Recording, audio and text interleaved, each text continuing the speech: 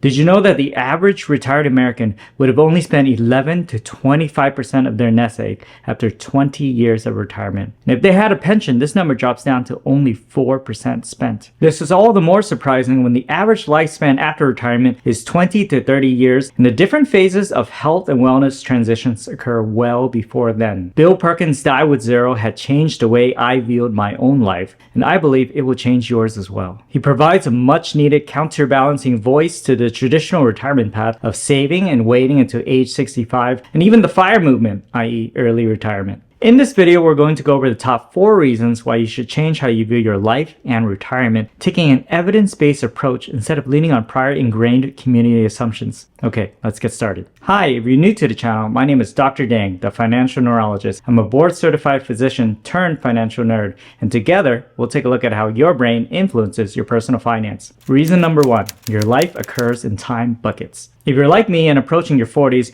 you will know, like I know, that my body is not the same as it was when I was in my early 30s, my 20s, or even my teenage years. There will be a limit that you can experience because of declining health. This happens to everybody. Some of these changes will be predictable, but most of it won't be. After all, we cannot see into the future. Perkins encourages you to use the concept of time buckets instead of making a bucket list of the experiences you want to have during the time you have left. For example, your 20s will likely be the best years to do things such as backpacking Western Europe, running marathons, or starting a new career. In your 30s, this is really a time period when people start building a family and spending that precious time with their kids when they're still toddlers and not moody teenagers. Spend time with your kids, make time with your friends, and travel often. During your 40s and 50s, this is a period where you'll be at the peak of your career as well as the peak of your health as it starts to decline. This is also likely when you have the most amount of money but the least amount of free time. Be cognizant and more intentional with what and who you spend your time with. By the time you reach your 60s,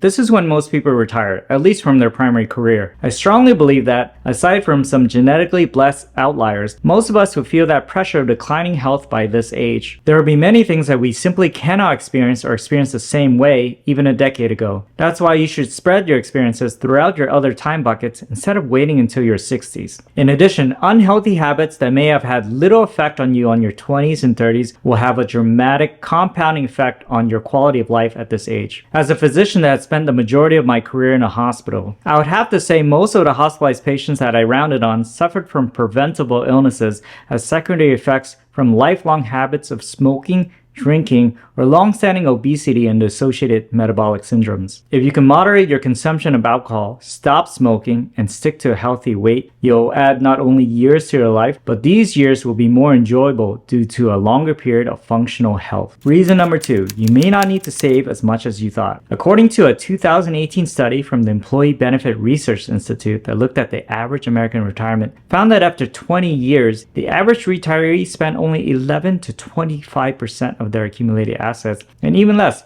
around 4% if they had a pension. Bill Perkins encourages us to not think of money as just something we use to pay for gas, get groceries, or buy a house. We should also think of money as representing the time we have left. How many functional, healthy years would you have to trade to get that extra $100,000 in your 401k or taxable brokerage account?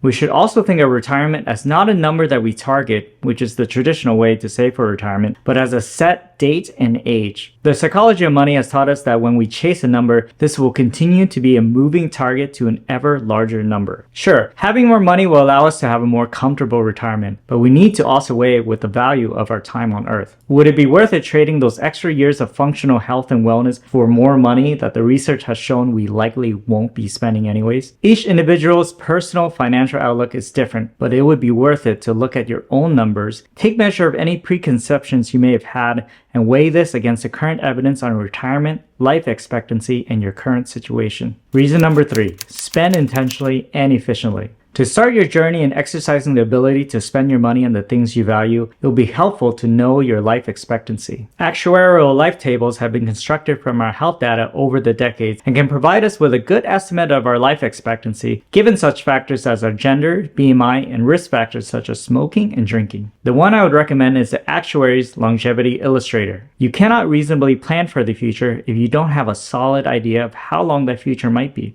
Considering your predicted future inflation-adjusted fixed costs over those remaining years will give you a rough idea of the limits of how much you should save. The Trinity study was a paper published by Philip Cooley et al. In 1998 in the American Association of Individual Investors Journal, which tried to answer the question of what withdrawal rate would be sustainable over a 15 to 30-year drawdown period. They looked at retrospective data from 1926 to 1995 of inflation-adjusted portfolio success rates categorized by asset allocation. From their data comes this general rule that with most asset allocation positions, you could withdraw 4% annually with an almost 100% success rate for your portfolio. Though of course, this is retrospective data, and the speculative value and performance of future portfolios will vary, so this merely serves as a general guide. It helps to look at the data available when we plan not only for our retirement, but also how we can make the most of the short time period we have on this planet. Depending on your risk tolerance, leaning on the results of the Trinity study, your life expectancy, your current assets, fixed costs, and annual contributions, you can make an educated projection as to how long you'll need to save before you cross that threshold past unusable net worth. So this brings us to the final point and the inevitable contentious question that will be posed by some people. What about saving for inheritance for your children or a legacy for the next generation? Reason number 4. Be generous now, not after your death. So I will go over Bill Perkins' stance on this, as well as my own opinion, both of which will bound to be unpopular amongst those that disagree. So Perkins argues that if you do want to leave an inheritance for your children, it would have a much more powerful effect on their lives if you give that money early in their careers when it would have the most impact, or at least gradually over the remainder of your life. Don't wait until you're dead to give this money, because by that time they probably have their own accumulated assets, and it's just not as useful as when they are in other stages of life, such as paying for college, grad school, or that first house. If you don't have kids, don't plan to have kids, and don't have any nieces or nephews that you're particularly fond of, it would also be more beneficial for you to distribute your wealth amongst the charities and causes that you believe in now rather than after you're gone. That's it. For my own personal stance, I would like to bring up an analogy which probably dates me a little bit. I remember when I was a kid and I would play The Sims or Diablo, both video games, and back then Game Shark to me was synonymous with cheat codes in a video game. These cheat codes would give you unlimited funds, giving you immediate access to things that you normally have to work hard for and earn. Frustrated in my progress, I would put in these cheat codes and my Sims family would immediately benefit from the latest appliances